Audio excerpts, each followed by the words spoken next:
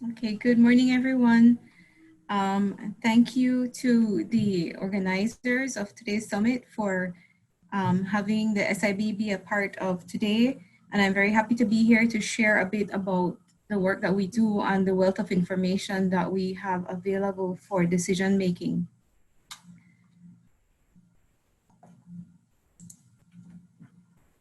Okay, so here's just a quick outline of what I'm going to be going through. I'll look at our products and services, how statistical data is useful for policymaking.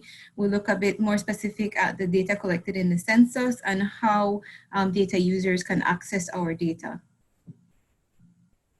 Next slide. So for those who may not be familiar with the SIB, the Statistical Institute of Belize was established in 2007 by the Statistical Institute of Belize Act of 2006. It's an autonomous statutory agency, it's not a government department. And our act gives us the mandate specifically to collect, compile, analyze, and disseminate official statistics on the country's population, economy, and social conditions. The Act also provides protection for the information of our respondents by providing for the confidentiality of all data that the SIB collects. This means that the SIB is not allowed to share with any outside party any information or data that would allow a person, a household, or a business to be identified. Next slide. So our core products and services fall within two categories. One, we have our censuses and surveys, which is information that we collect directly from households. These activities provide information on our population, the size of our population, or demographic characteristics such as ethnicity, age structure, our geographic distribution, employment, education, that sort of thing. It also provides information on how our population lives. So we look at things like the types of dwellings that people live in, the living conditions that they live in, the types of assets that households own, and the types of access to basic services that households have. Then on the other hand, we have economic statistics, which provides sort of on a more national macro level information on how the economy is performing and other indicators that tell about the economic conditions of the country. This includes things like the gross domestic product, our consumer price index, and external merchandise trade statistics. And this information comes more from private sector sources, from government, from other statutory bodies, etc. And so all of this data is made available by the SIB on all of these topics and much more to government, to NGOs, private sector, all types of decision makers. And it is made available as a public service. So it is free of charge. Next slide.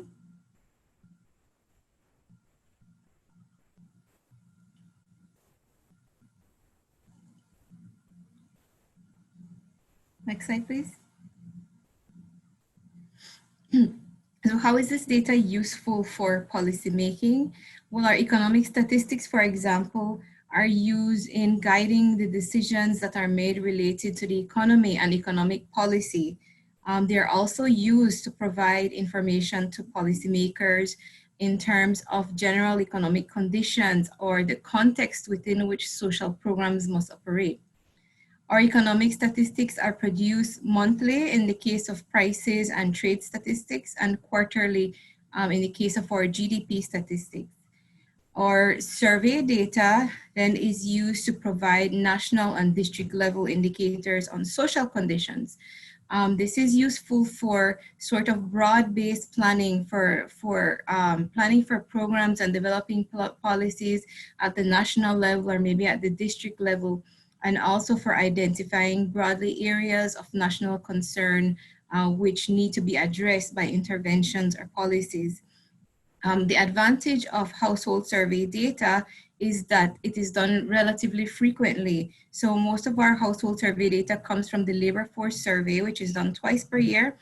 But the disadvantage is the scope of the data collected is rather limited in nature. Next slide. Now the census data is used to produce indicators at the national level. It can also be used to produce indicators down to the most disaggregated levels. This is because the census collects information on every single household and every single individual in the country. It covers a wide range of topics of national importance, and this is determined by the government and by our other key stakeholders. And from the census, we produce key indicators that we use to track how the country is growing, how it's progressing over time in terms of social conditions. We use it to identify issues that may require intervention, planning for the future, developing policies, and for all forms of decision making. Because it is so detailed in nature, it is also useful for identifying subsectors of the population or small geographic areas that may require very targeted assistance or very targeted programs. The advantage obviously is that the census covers everyone and every household in the country. It's very detailed in the types of information it collects. However, the disadvantage is it is only conducted every 10 years. Next slide. So I won't go through every one of these in detail, but here is just a summary of the types of data that is collected in the census.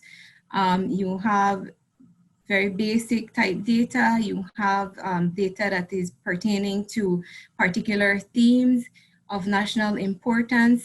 And it goes on the following slide. And so while I don't need to go into each of these, I think it's very clear to see that this type of very detailed information collected at the most disaggregated levels of the country or our population would be extremely useful for targeted policy making and decision making.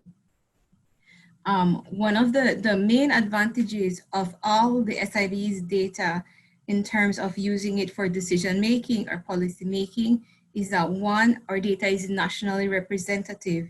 So in every survey that we do, or every census that we do, whatever estimates we derive from those can be extrapolated to the entire country. They represent the entire country. Another benefit is that all our statistics, all our indicators, even the way that we conduct our censuses and surveys are done in line with international statistical standards. So you know that the quality of the information is very high. You know that it's also comparable to other countries, and it is also very consistent and comparable over time. So it's very good for tracking of progress and change. Next slide. I take 2 slides down. Next slide.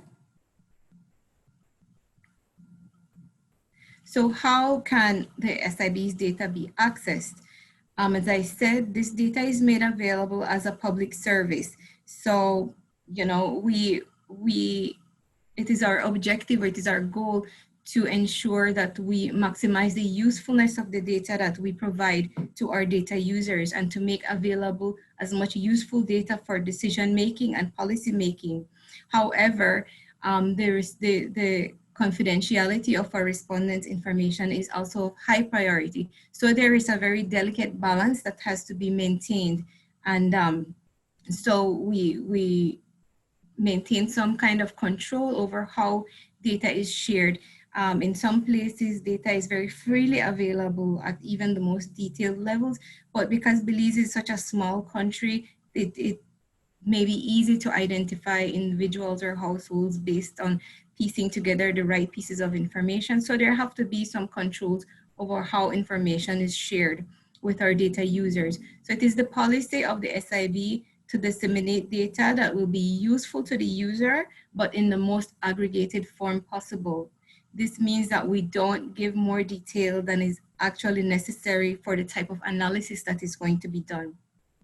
So at the most aggregated level, you have freely available on our website some general aggregated tables, some counts, some indicators. Those can be freely downloaded in Excel format by data users who want data of a more general nature.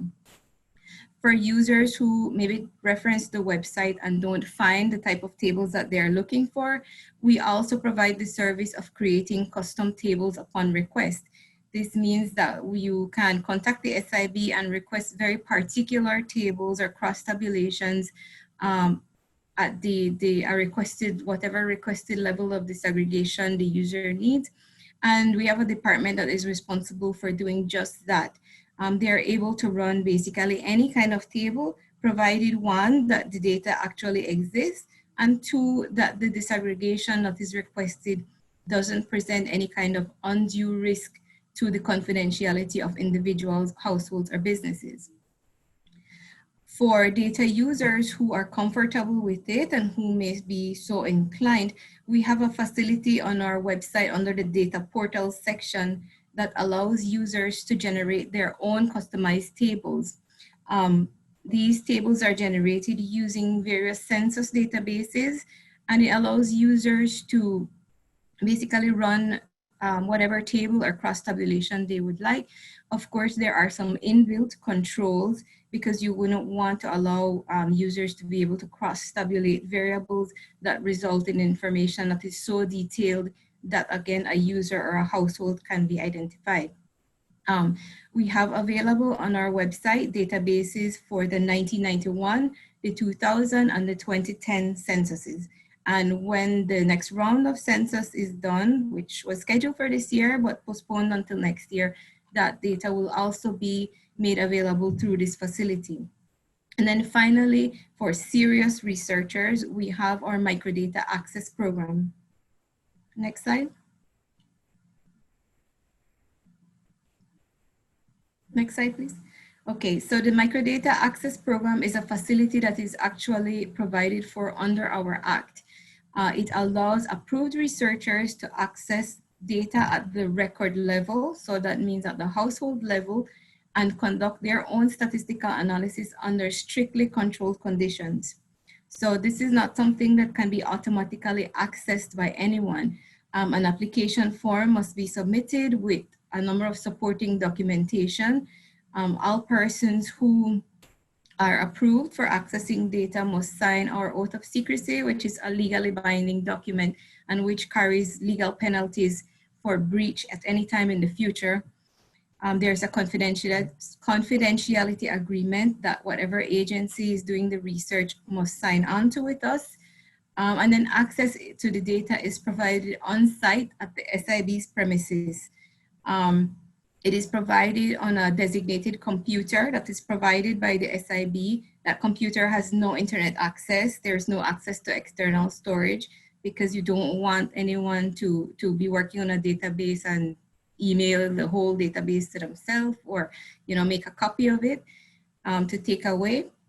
And before the researcher takes away their tabulations and whatever results of their analysis are done, we do a review of that to ensure that nothing has been generated that is so detailed that it compromises respondents' confidentiality. As you can imagine, this is a facility that is not very frequently used. It requires some knowledge of statistical packages and statistical analysis, and it's most often used by researchers from international agencies who are working with the government to conduct research to support the development of new policies. Next slide. Okay, so in summary, the SIB is the country's main source of official national statistics, and it's the best source of official national statistics and indicators.